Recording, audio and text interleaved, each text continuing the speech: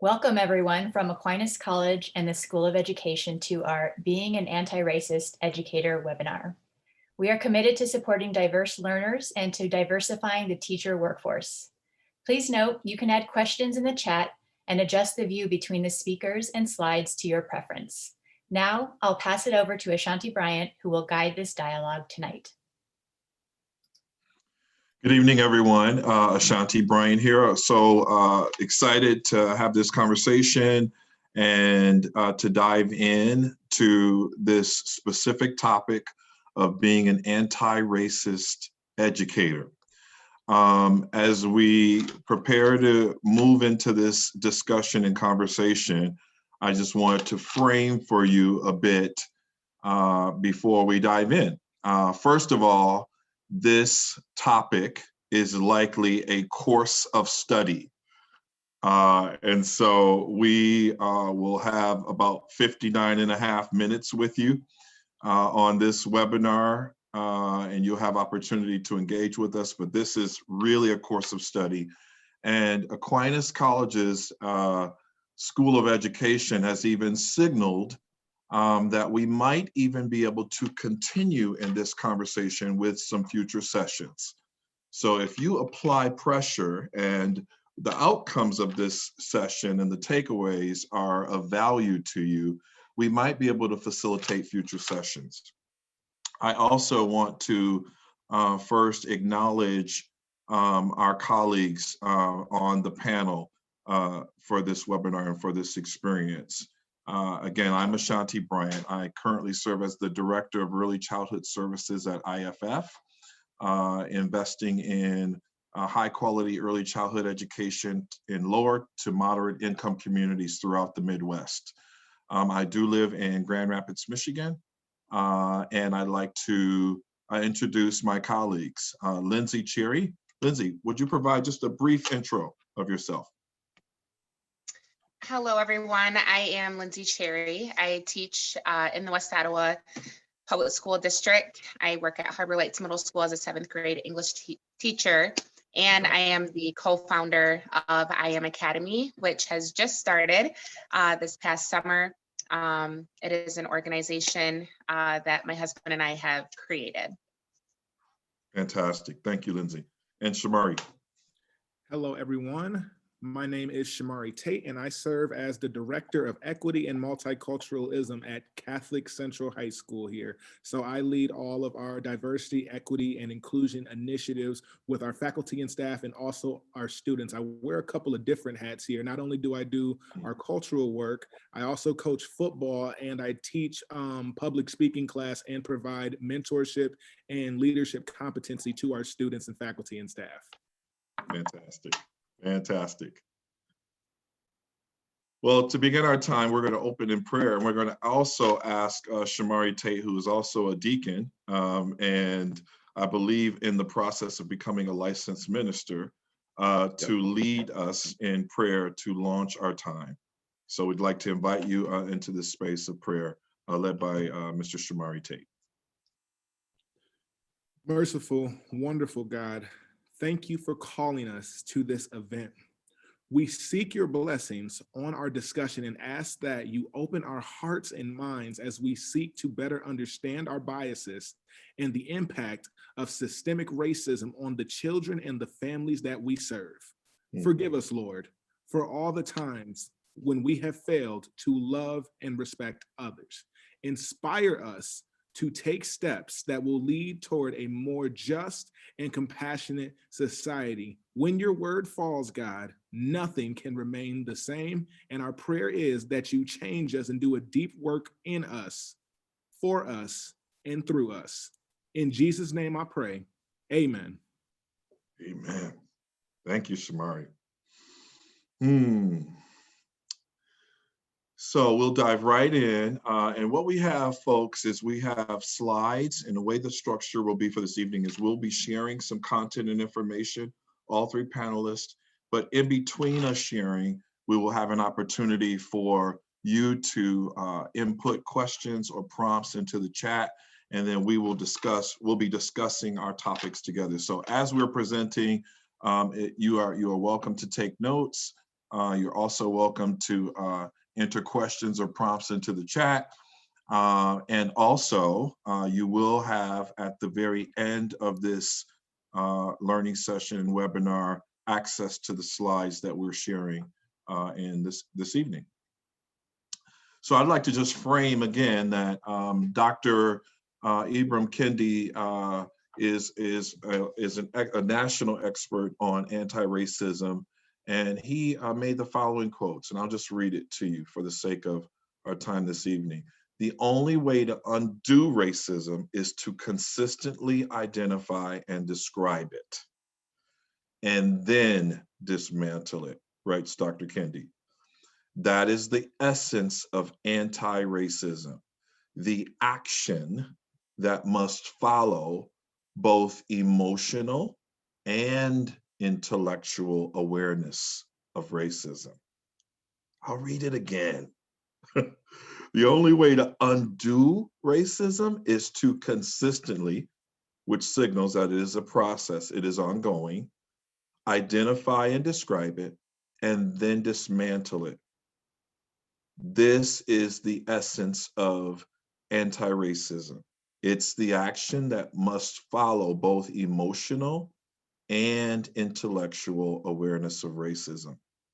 So to dive into our conversation, I want to begin to share some terms that will be helpful for you as educators, administrators, community leaders in understanding how to address and to begin to address this topic of becoming an anti-racist educator. So there is individual racism.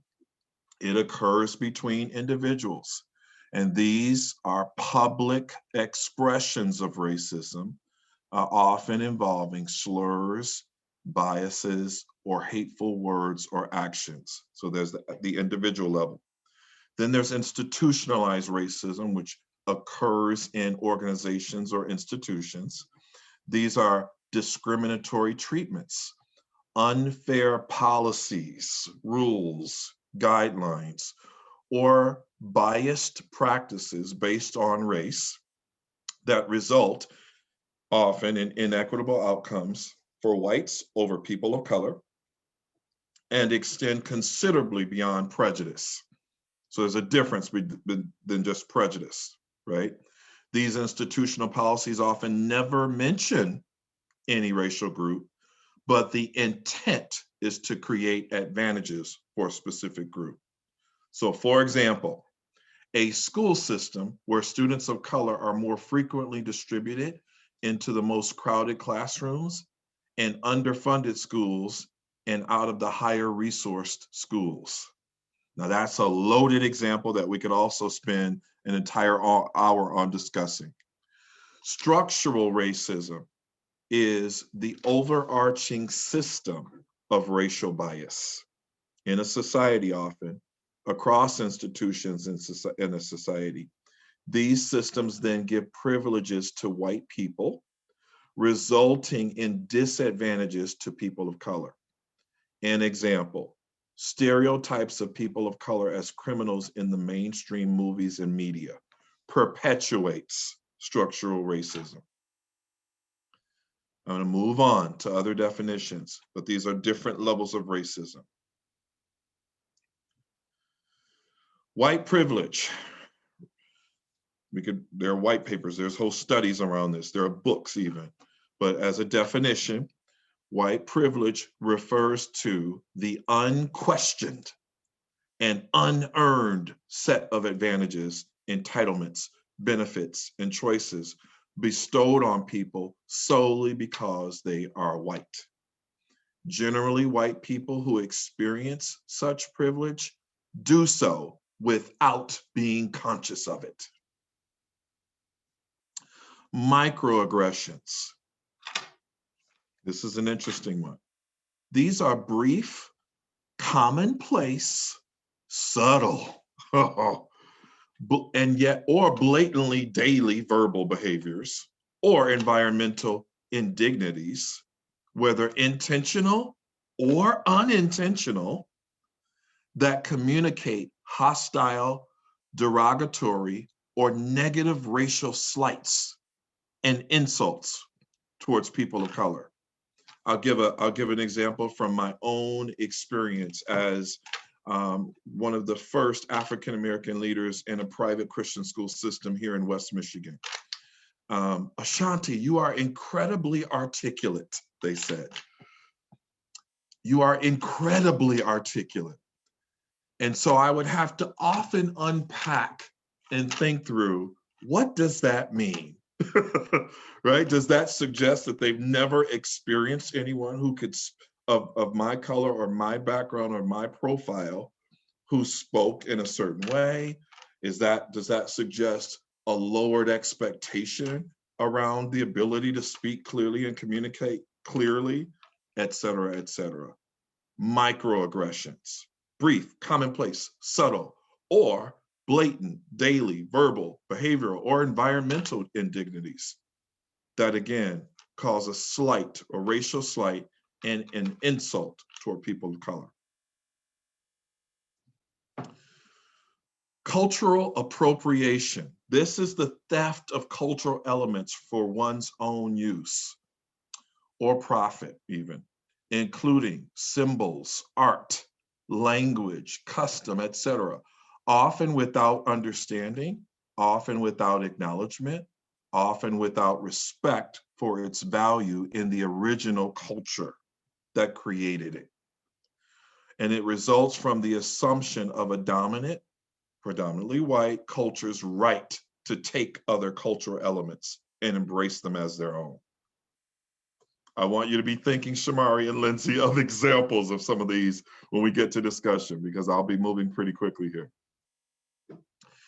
Here are some other key terms that are often talked about in school districts and most certainly across the country as we wrestle with and dive in and continue this work. EDI, or equity, diversity, and inclusion. They're not synonyms. They are not synonyms. They have individual meanings. Equity, a measure of fair treatment, opportunities and outcomes across race, gender, class, and or other dynamics. Diversity, difference, the range of human difference, including but not limited to race, ethnicity, gender, gender identity, sexual orientation. You note that those are also different. Age, social class, physical ability or attributes, religious or ethical value system, national origin, and most certainly political beliefs.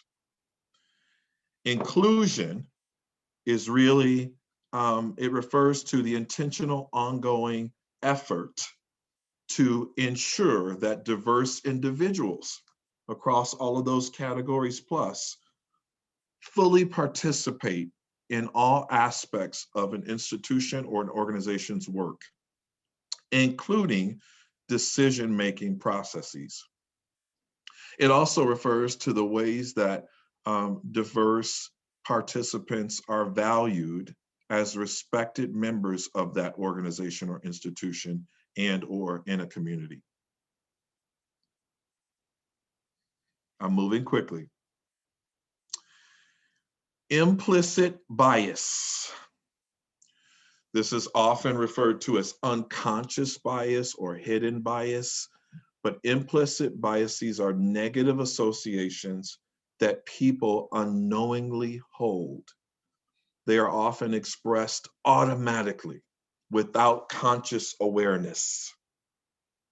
And many studies have indicated that implicit biases affect individuals' attitudes and actions, thus creating real-world implications, even though the individuals may not even be aware that those biases exist within themselves. Oh, Ashanti, Shomari, and Lindsay, this is deep. Yes. Notably, implicit biases have been shown to supersede individuals' stated commitments to equality and fairness, thereby producing behavior that diverges from the explicit attitudes that many people profess. Implicit bias in the water, in the air, in you, in all of us, that is often expressed automatically and without conscious awareness.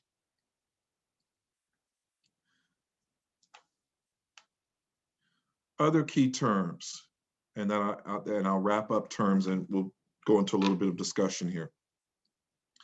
An ally is someone who makes the commitment and the effort, to recognize their privilege based on gender, based on class, race, their sexual identity, etc., and work in solidarity with groups who are often oppressed in their struggle for justice and/or equality. Allies also understand, if you are embracing this journey of becoming an ally, allies also understand that it is in their own interest to end all forms of oppression, even those from which they may benefit in concrete ways. And it is an ongoing process of examination there. And then finally, to be anti-racist, it is a conscious decision to make frequent, consistent, equitable choices daily. It is a conscious decision to make frequent, consistent, equitable choices daily. And these choices require ongoing self-awareness and self-reflection. I think that it can be challenged and cultivated in relationship with others as we move through life. In the absence of making anti-racist choices, we unconsciously or consciously uphold aspects of white supremacy, white dominant culture, and unequal institutions in society. In the absence of making those anti-racist choices. Being racist or anti-racist is not about who you are. It is about what you do. Being racist or anti-racist is not about who you are. It is about what you do. And to that point, if there are other people of color on the call, the question of, can a person of color be a racist? That's a discussion we can also have. Okay. Here are some examples of how racism has shown up in schools throughout the United States. And here's how it can appear. It can appear in the unwillingness to even acknowledge the experience of racial or ethnic minorities, and that experience might be different from that of the racial or ethnic majorities. And you can see, you may not be able to clearly see this on our slides, but we bolded minorities and majorities because those are simply numerical terms. In certain contexts, a white person could be a minority, right? Those are numerical terms. They are not racial terms. They are numerical. Counseling or steering racial ethnic minorities toward certain careers and professions. This has happened in schools. Hyper-referral of racial minorities to student support or special education programs. Hyper-referral. Overrepresentation of racial minorities in athletic programs amidst an absence of racial minorities in academic clubs and opportunities, faculty, school leadership, etc. So overrepresentation of racial minorities in athletics. We can talk about these things. We have a coach on our call. Underrepresentation of racial minorities in honors or advanced placement courses and opportunities. Underrepresentation. hyper-referrals of racial or ethnic minorities for student discipline and behavior infractions, high frequency of racial statements and derogatory racial statements, assumptions, this is an interesting one, assumptions that racial minority students are up to no good when they're simply engaging in social activity that might be different and or have a different cultural origin. And another example would be a complete underrepresentation, ignorance, or absence of racial minorities in the curriculum, in subject matter, course content.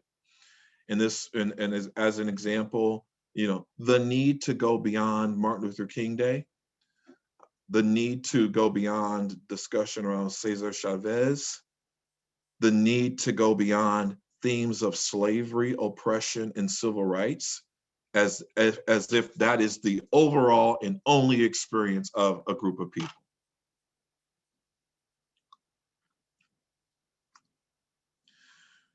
Again, we could have a course. This book was written by Dr. Todd Robinson, and it's called A City Within a City. It's an excellent read, in particular for folks who live in West Michigan or in Grand Rapids, Michigan in education, or in the greater Grand Rapids, Michigan area, even folks outside of the city of Grand Rapids limits. And it really articulates really the history of African Americans in the River City and the Black freedom struggle in Grand Rapids. A couple of things to just highlight and note. In the 1950s and 60s, really despite you know, the Depression, there were heightened levels of inequality between Blacks and whites in the city of Grand Rapids. And the Black population of Grand Rapids had several reasons for believing their grievances would receive greater consideration in the post-World War II era. In fact, at a point in Grand Rapids history, we were heralded as one of the most integrated cities in the country. So this is amidst that time of the civil rights movement in the 50s and 60s. There was a group that formed called the Citizens Action Group. And this group was beginning to address managerial racism and reform politics. A stable coalition of civil rights organizations actually challenged racial barriers that openly excluded Blacks from stores in Grand Rapids, Michigan, hotels, restaurants, and numerous public accommodations. And so it appeared to Black people in the city of Grand Rapids that they would face less hostility and benefit from greater access. There was also the suburban oasis, or the origins of segregated spaces. And so in the 50s and 60s, there was a boom of really what was considered and is termed white flight. So though the city had been heralded as one of the most integrated communities in the country in the 50s and 60s, many white families were moving out of the city and created the suburban communities throughout Grand Rapids, Kentwood, Jenison, et cetera, et cetera. And even within the city's limits, African-American or Black people specifically were limited to living in a specific geography within the city. And this was a part of a practice that has been historically documented, and is a practice called redlining. And redlining was literally the practice of, on maps, using red markers or red ink and defining where African-American people in particular could live. Let's see. Another story amongst youth in the city of Grand Rapids, which made national news. During the 60s, the 1960s, there were vibrant arenas of political and certainly cultural contention, which created an environment where children of different religions, races, and social classes would interact without parental guidance or supervision. There's a story about the Mustache Saga that is noted here in this book, A City Within a City. This story chronicles the rise of really Black youth protest.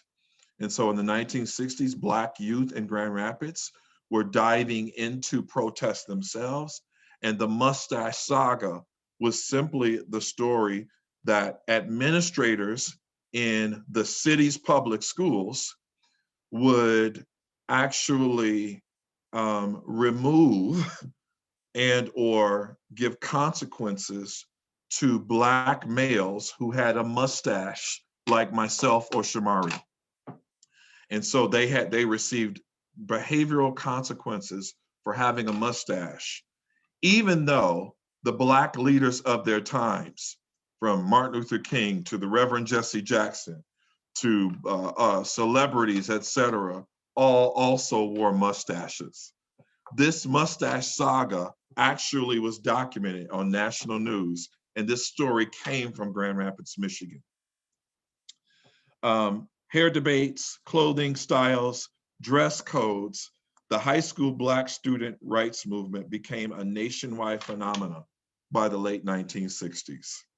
And some of those individuals who were African-American folks in the city of Grand Rapids are actually still alive and remember this story of the Mustache Saga, and their children and grandchildren and great-grandchildren.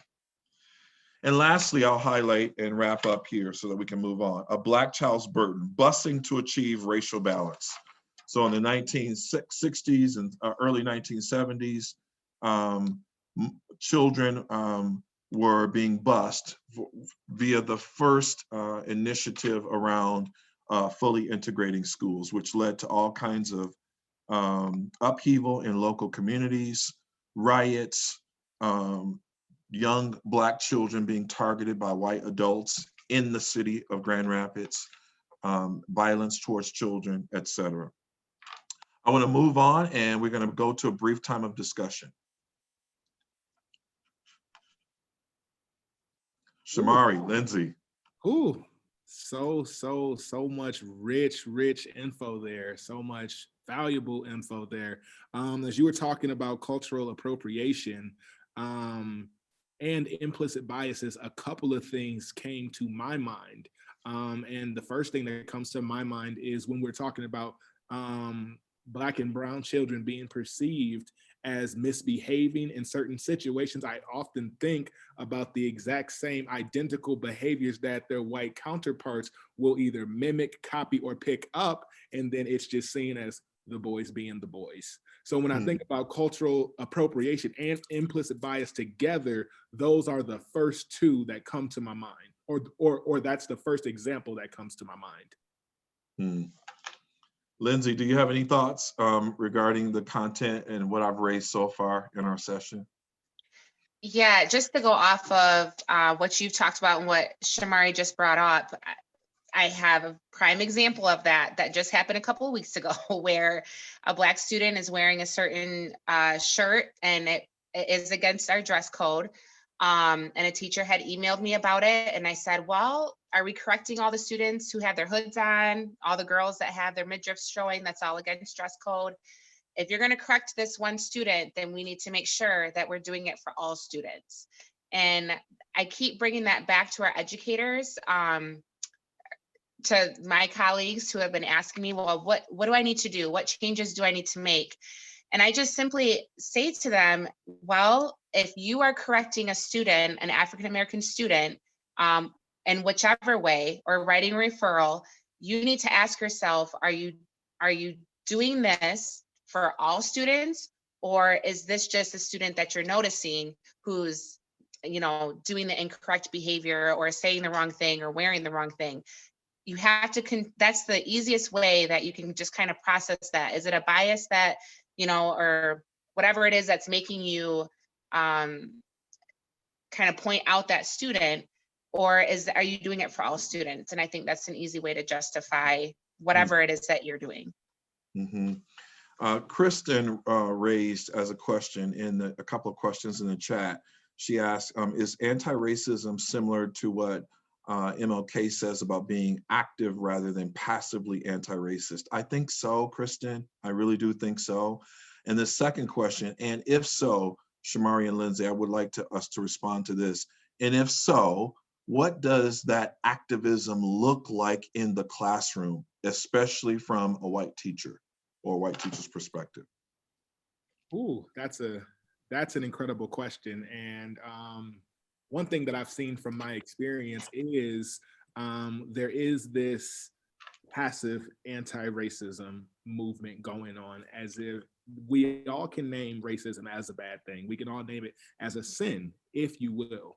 But we need to move past the point of sanctimonious activist language and get into the habit of active, proactive activist behavior. And what that looks like in the classroom is, depending on your subject, one thing that you always should try and ask yourself is, what is the cultural diversity, equity, and inclusion lens here? What am I not seeing from my lens? What cultural blinders do I have up, and what could I be leaving out here? Just by doing that, you open an entire world to whatever field of study you have. There's no need to try to completely reinvent the wheel, but just add to the full picture of whatever your subject or discipline may be. And that can happen in math, that can happen in science, that can happen in the arts. Here at Catholic Central, in our math department, a couple of our algebra teachers are taking real world situations like income inequality, the wealth gap, incarceration rates, and we're working those into linear functions.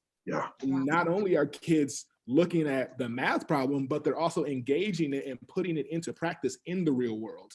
So that's my spiel. That's good. In my department, in English, representation. I cannot stress that enough. Just as Shomari had pointed out, having it in our examples, having it in our classroom libraries, showing our Black authors, like, putting the book that they've written and then showing who it is that wrote that book. I had a student who I gave them All American Boys, and they saw Jason Reynolds as the author, and she's like, Mrs. Cherry, look, he's Black. I'm like, yes, Black men also write books. Like, this is, but she was just, as a Black student, she has not seen that up until 7th grade. That's a problem, right? They should be seeing that in elementary. They should be seeing that throughout their whole education. And so I cannot stress enough that representation is huge for our students, and it's needed in our classrooms.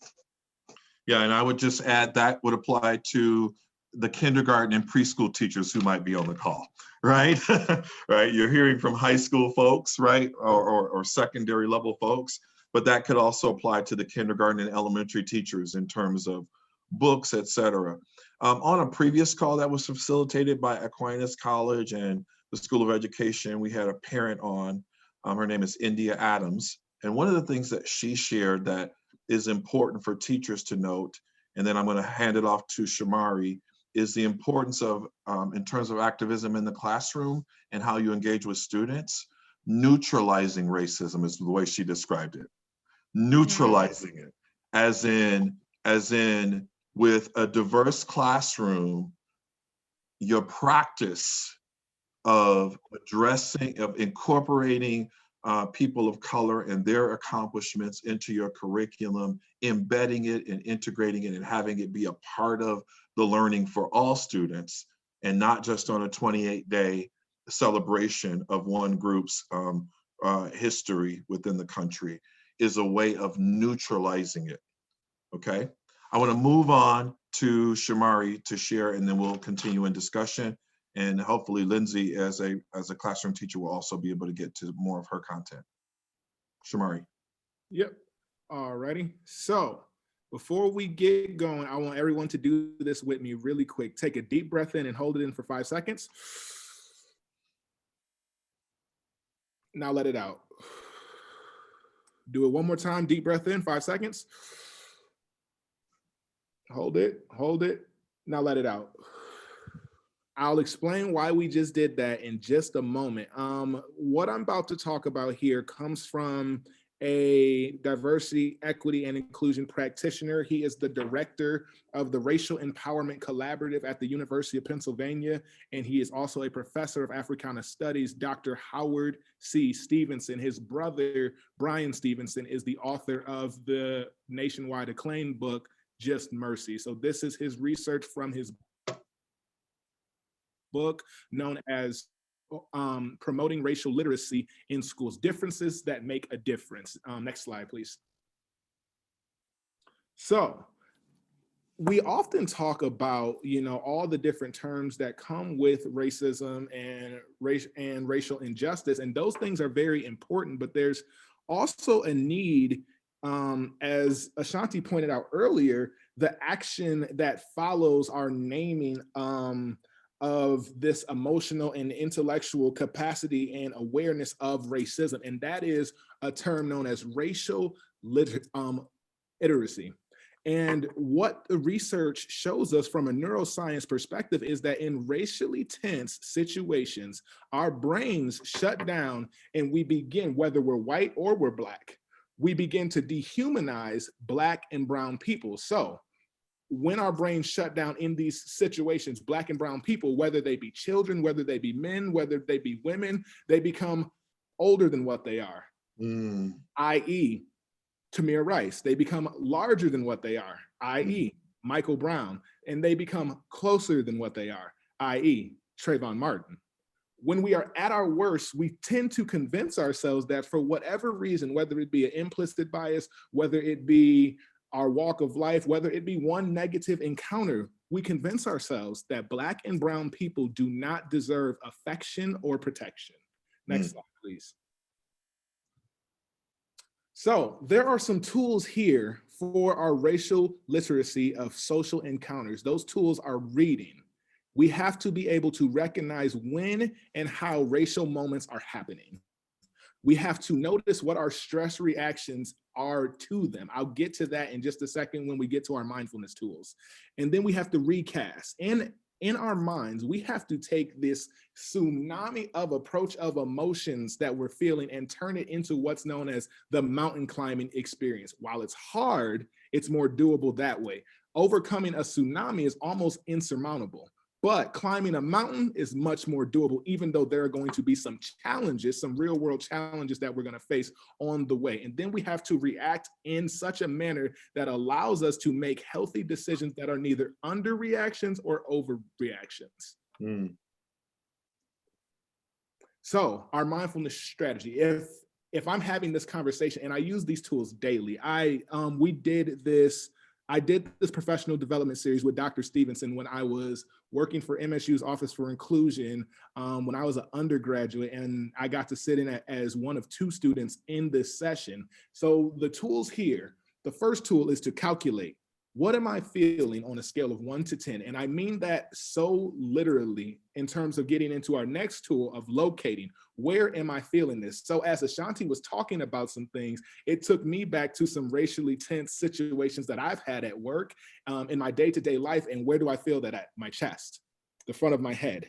You have to be able to recognize these things because you're building up the capacity to allow yourself to psychologically respond in a way that's healthy, and then communicate. What am I saying to myself? What images are coming into my head as I'm having these emotional knee-jerk reactions, and how should I manifest them physically in the atmosphere of which I'm in? This is so important for educators, whether you be in the classroom or you're meeting with other faculty and staff members. And then the last tool, which to me is the most important, that's why I had us do it at the start, because these are terms I engage with on a daily basis.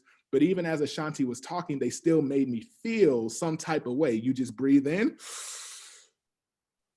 and then you exhale. It's literally a washing away and a way for your mind to reset and move on to the next portion of whatever you're doing. Next slide, please. So what's the point here? The point is that when our minds are racing and when we're in these racially tense situations, our thinking is hindered and we're not our best selves. And outside of the whole topic of race and racism, we all have daily duties, obligations that we have to fulfill, and we have to be able to do that in a way that is healthy. If I'm being honest, the stress of this work sometimes has really overwhelmed people to the point of medical emergency. Racial stress manifests itself in our bodies and in our minds, whether it be anxiety, whether it be depression, whether it be physical hindrances that stem from psychological outside of it being a social health issue, it's also a public health issue. One fun fact, so we talked a little bit about Dr. King. Dr. King is one of my favorite figures of study. What they found out after Dr. King had passed was that Dr. King had the heart of an 89-year-old man, and he was only 39. Think about that. All of the stress that he had to deal with, that he had to endure, he did not have the healthy tools back in the 1960s to deal with them, to confront them. So it manifested itself in his cardiovascular health. And the whole point here that we're getting to is we have to learn how to, in a very healthy way, interrogate our biases. Like Ashanti talked about, how do we neutralize them? We have to be able to confront the things that we probably have never thought about. Like, am I doing this right? Am I thinking about this right? And sometimes new psychological information can feel like a punch to the face. And I mean that so seriously. Like, the way our brains process it, it's similar to when we get hit in the face. In that line of thinking, we have to be able to do this in a manner that's healthy and still be able to be our best selves in whatever our educational capacities are. That is all I have. If Ashanti and Lindsay want to kind of join in on the discussion real quick before we move into Lindsay's portion.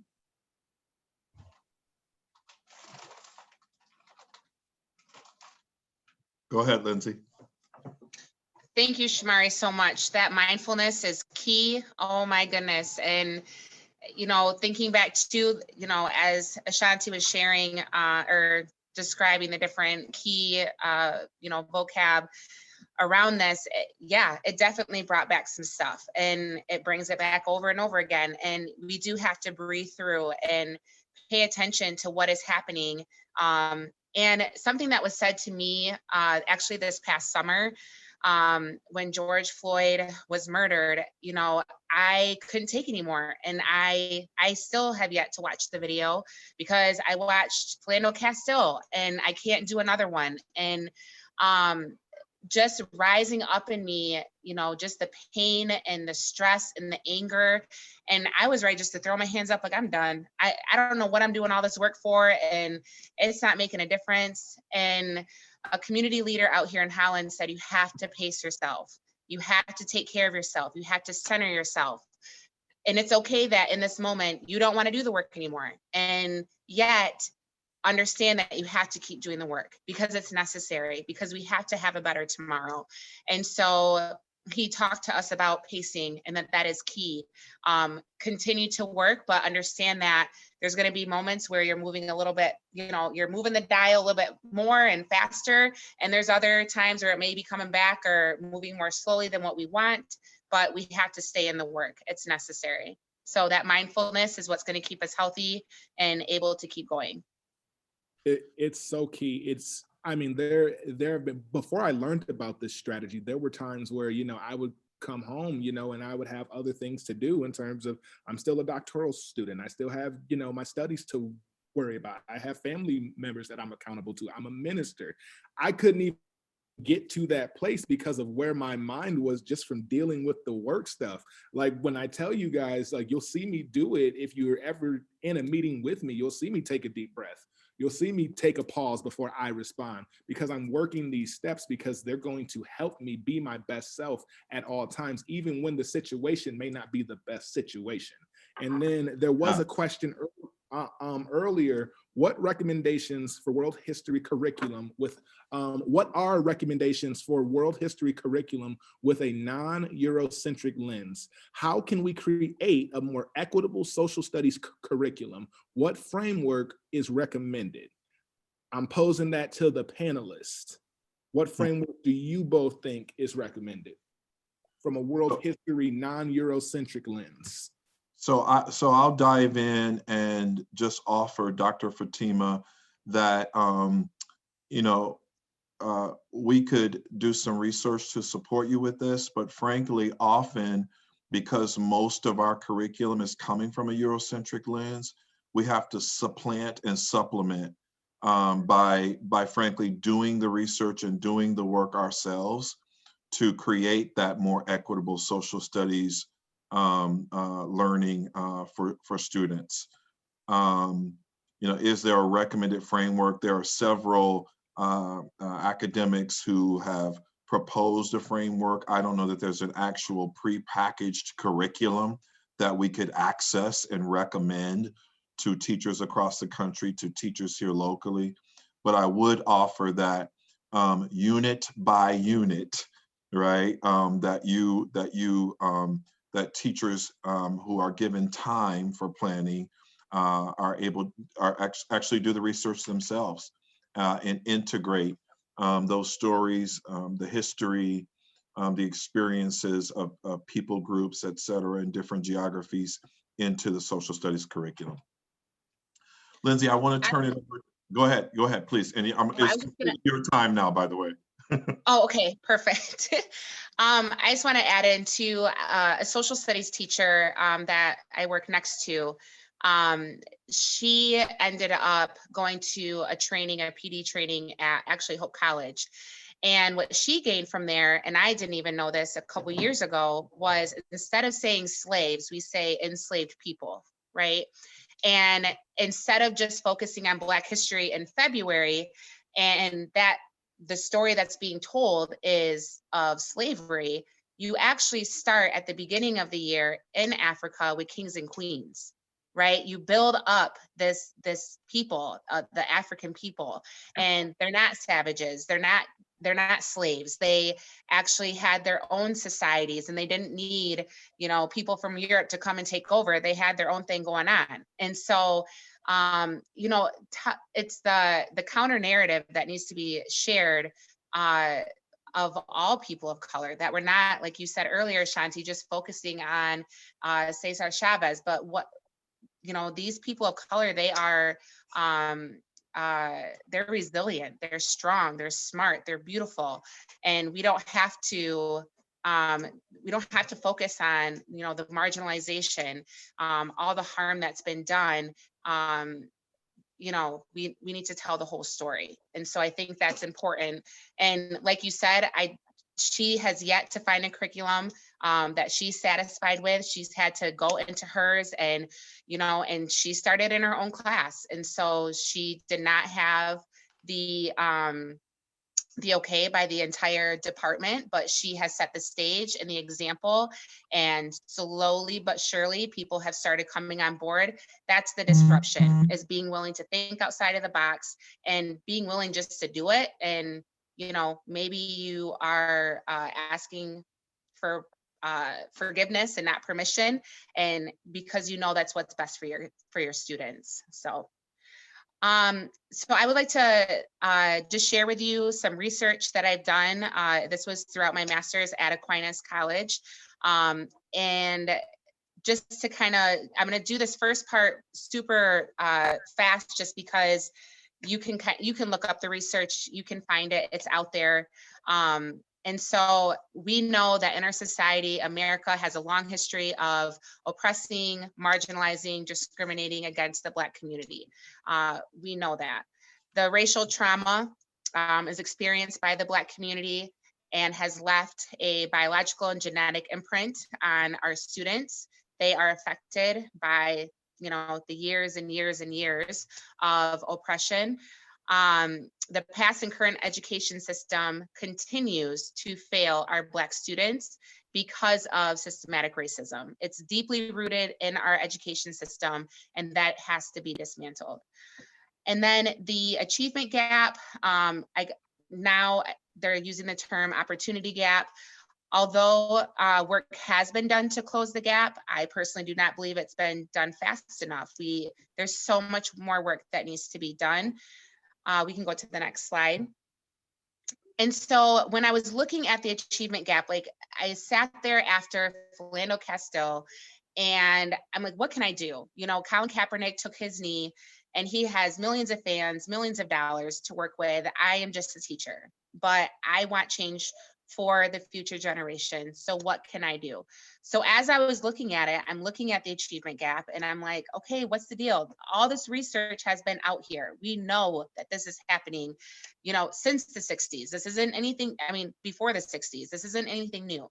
The education system is not for Black students. It hasn't been for the Black community. It was kept away from the enslaved people. And then, you know, it was separate but equal. And now we're here. So why are we still doing the same thing over and over again? So looking at my population at Harbor Lights Middle School, we only have 4% of students who are Black students. We can go to the next slide.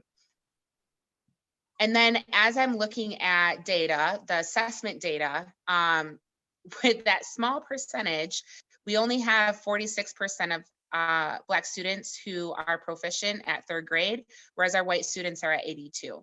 And you can see the numbers there as they continue 8th grade math and then the ACT. And this was back in 2015. A couple weeks ago, I looked at the data and the dial has not moved very much at all. So there's still a very big gap. We can go to the next slide. So then this is nationally, and you can see that there again there's a big gap and there isn't that much of a difference between what's happening in West Ottawa. That paints a pretty good picture of what's happening nationally. So we can go to the next slide.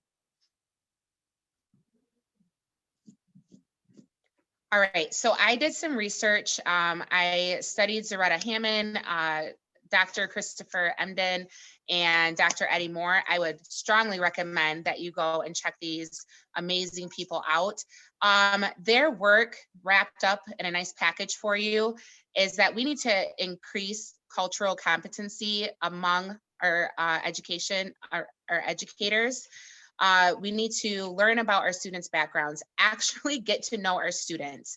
Not all Black students come from single moms. Not all Black students live in poverty. And so their experiences are individual and they are their own. And so we actually need to take the time to get to know who our students are. Our students need a safe and welcoming environment for all. So I know that in our mission and vision statements, in our schools, in our districts, say all students, but are we really for all students? And especially with that smaller percentage of our Black students, are we really for them? Have we created a true and safe space for them? So relatable content. Are they able to relate to it? Do they feel safe when you are talking about slavery? Do they feel safe when you are talking about the civil rights era? Do they feel safe when you're talking about current events? Is it a safe space for them? Or are you talking about whatever the topic is, and then now they're being made fun of in the hallways? That has happened at my school. And so although you may be talking about it and doing it in the right way, have you really prepared the other students for this conversation that you're having? And then for them to be then able to engage with their Black peers. And then inviting Black male mentors into the classroom. That is huge. Again, representation. We can go to the next slide. So with my, after doing some research and just trying to figure out, I decided that we needed a club at Harbor Lights for Black students that provided representation, a safe space, and accountability. And so when I did the research on this group, it showed that that is exactly what my students needed. And in addition to that, we have hip-hop-based education pedagogy, which comes from Dr. Christopher Emden. Mm-hmm. And he talks about those things: cultural competency, safe learning environment, knowing students' backgrounds, relatable, engaging content. And he's a science teacher, and so he actually shows you how you can bring that out in the content of science and in math. And so definitely check out his work. I know that it may seem kind of daunting to bring that into those subjects, whereas like social studies and English is a little bit easier, but it is possible. And Shomari gave a great example of that earlier. Black male mentors, there is a high percentage of our Black males who are currently in prison. Our students, there's a high percentage of them, of our Black students, whose fathers, uncles, brothers, they don't have that example. And the example that is being shown on TV is that they're criminals and they're bad and they're scary. We have to end that narrative. We have to change that narrative. Our Black men are strong, they are needed in society, and we have to communicate that and share that, not just with our Black students, but with all of our students. Mm-hmm.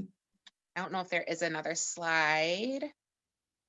So I Am Academy, as I mentioned earlier, I'm the co-founder of that. So I started with Tomorrow's Leaders, and it started very small. I was very scared, nervous that it was not going to happen, that a white family was going to come and say, what about my kid? I want my kid to be involved.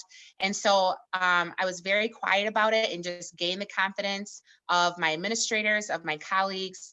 And then it went from my middle school to the high school. And now it is I Am Academy. And so everything that I talked about just a second ago, that is what we offer to West Ottawa Public Schools, Holland Public Schools,